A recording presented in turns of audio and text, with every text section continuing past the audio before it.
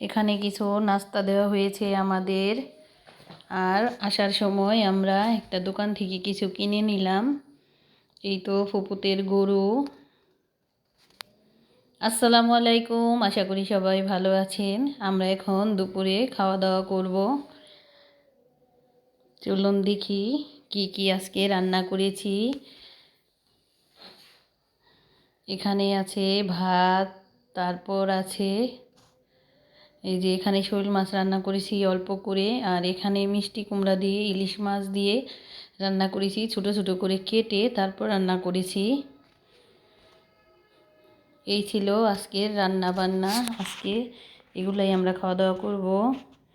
এই তো এখন খাওয়া দাওয়া শেষ করে এখন আমার ছোটো ফুপুদের বাড়িতে আমরা যাচ্ছি।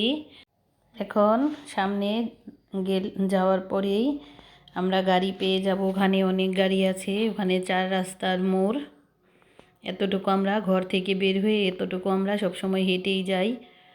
এই তো চলে আসার পর ফুপা আমাদেরকে নাস্তা দিয়েছে। আমার ফুপা অনেক অসুস্থ, আমার ফুপাকেই আমরা দেখতে এসেছি।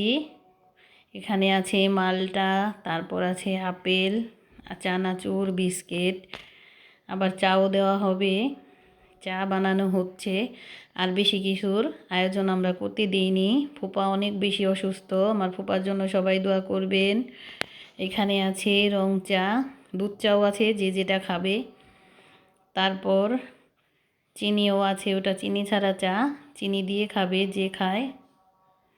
এখানে আছে ফুপুদের বাসার 2টা গরু। একটা ফুপুরা কুরবানি দিবে, আরেকটা বিক্রি করে দিবে কুরবানির সময়। এই তো কয়েকদিন হলো ফুপুদের আবার গরুও নিয়ে এসেছে বাড়িতে। কতদিন পালবে, তারপর কুরবানি দিবে, কুরবানি পর্যন্ত পালবে। তো গরু 2টা অনেক সুন্দর। গরু 2টা কেমন হয়েছে সবাই কমেন্ট করে জানাবেন।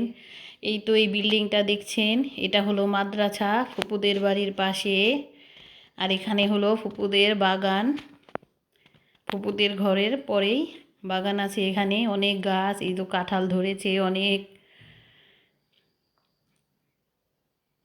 একটা গাছের মধ্যেই অনেক কাঁঠাল ধরেছে, অনেক সুন্দর লাগছে।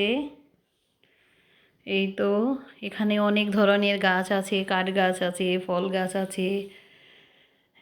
এখন আমরা চলে আসতেছি বাড়িতে। সন্ধ্যার পর প্রায় 7টা বেজে গেছে।